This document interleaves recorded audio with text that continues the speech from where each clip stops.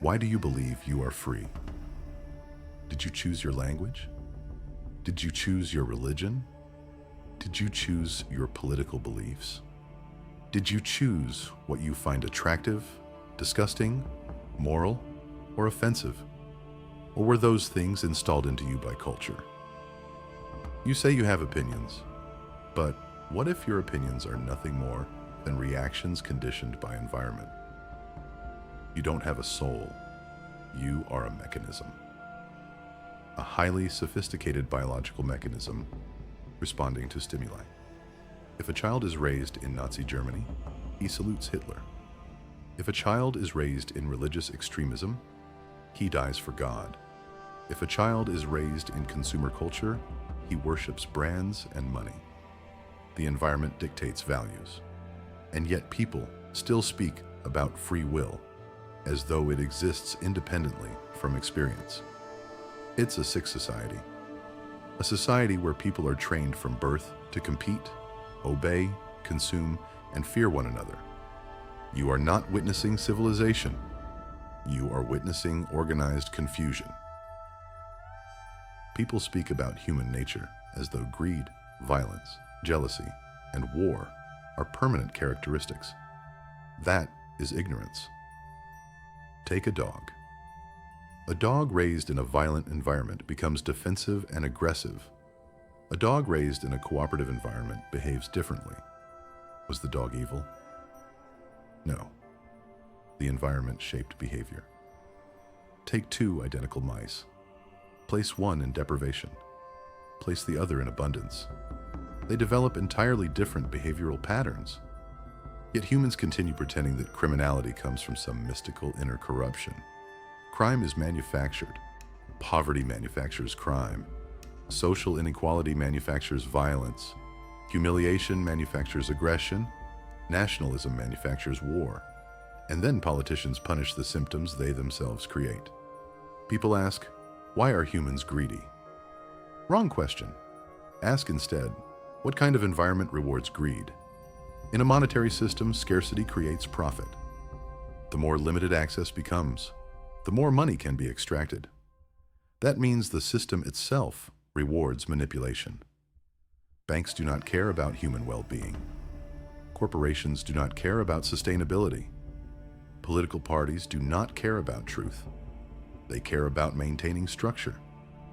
If you put a snake in a cage and deprive it of food, it behaves differently. If you corner a human being economically, socially, psychologically, the same principle applies. Behavior changes with conditions, but society prefers moral condemnation over scientific understanding because condemnation preserves authority. Religion says you are sinful. Politics says you need leadership. Advertising says you are incomplete. All of them depend on your insecurity. And people confuse adaptation with identity. A banker thinks he earned superiority. A prisoner thinks he deserves shame. A celebrity thinks fame has meaning. They are all reacting organisms shaped by reinforcement patterns. Nothing more. That does not make humans worthless. It makes them understandable. And once behavior becomes understandable, it becomes changeable. Look carefully at the world. We possess the technology to feed everyone. We possess the technology to automate dangerous labor.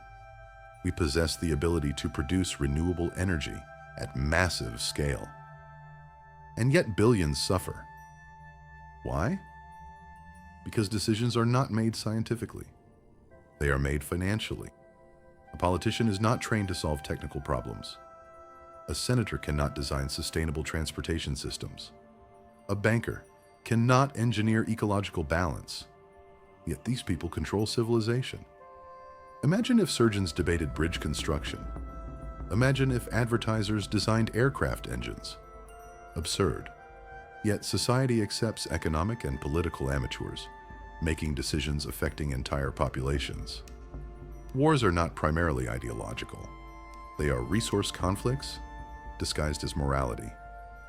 Oil, trade routes, strategic control, economic dominance. Young people die for abstractions created by old institutions. and then governments call it patriotism. Look at transportation. Cities are filled with millions of individual automobiles wasting energy, time, and land. Traffic congestion is not a human failure. It is a design failure. People spend years of their lives sitting inside metal boxes, inhaling pollution, stressing their nervous systems. And society calls this normal. It's a sick society.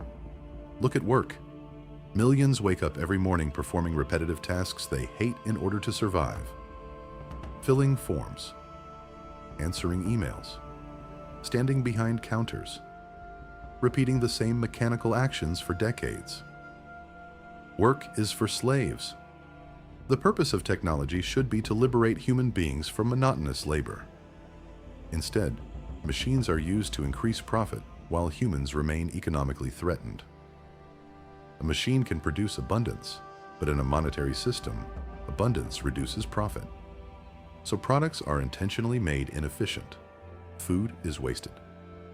Technology becomes obsolete by design. Not because resources are scarce, because profit requires artificial scarcity. This system is not broken.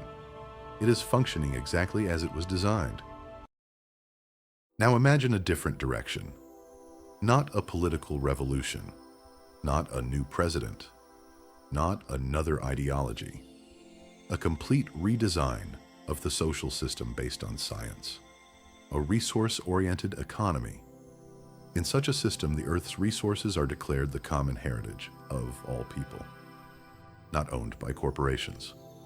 Not controlled by nations. Managed intelligently. Computers can monitor agricultural production, energy distribution, transportation efficiency, and environmental impact in real time. Not for surveillance, for optimization. Cities would be designed as integrated systems. Circular cities, automated transportation, renewable energy, vertical farming, self-cleaning infrastructure. No advertisements manipulating insecurity. No banks controlling survival. No politicians promising solutions they do not understand. People ask, but who would make decisions? The answer is simple. Technical decisions should be made technically. If you want to build an airplane, you consult aerospace engineers. If you want sustainable agriculture, you consult environmental scientists. Reality is not democratic. You cannot vote against gravity. You cannot negotiate with the laws of physics.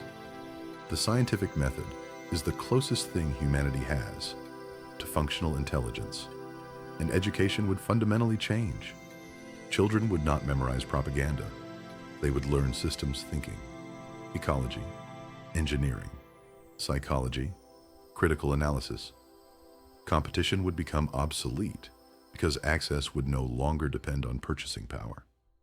People fear a world without money because they cannot imagine motivation beyond survival. But creativity did not come from money. Curiosity did not come from money. Love of learning did not come from money. Human potential has barely begun. Today, most intelligence is wasted on survival anxiety. Rent, debt, bills, status. Imagine what humanity could become if that energy were redirected toward exploration, medicine, architecture, oceanography, music, and discovery. People say, that sounds impossible. So did flying once. So did landing on the moon. So did global communication.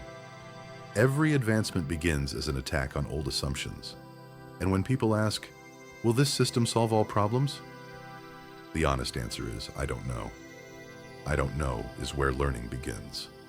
Not certainty, not ideology, not belief. Science evolves because it admits error. Humanity believes it is advanced because it has smartphones, satellites, and artificial intelligence. But psychologically, socially, ethically, we are still primitive. We divide ourselves by flags, by religion, by race, by economic status. We poison oceans for profit. We destroy forests for temporary gain. We allow children to starve while supermarkets throw away food. And we call this civilization. We have not emerged from the medieval age. We merely computerized it. True civilization begins when human well-being becomes the central objective of society. Not money, not status, not power. The future depends on whether humanity can outgrow ego-centered thinking, because nature does not care about your nationality. Nature does not care about your ideology. Nature only responds to behavior. And if human behavior is shaped by environment, then the intelligent question is no longer, how do we punish people? But what kind of environment produces intelligent, compassionate, sustainable behavior? That is the beginning of a real civilization, not the one we inherited, the one we choose to design.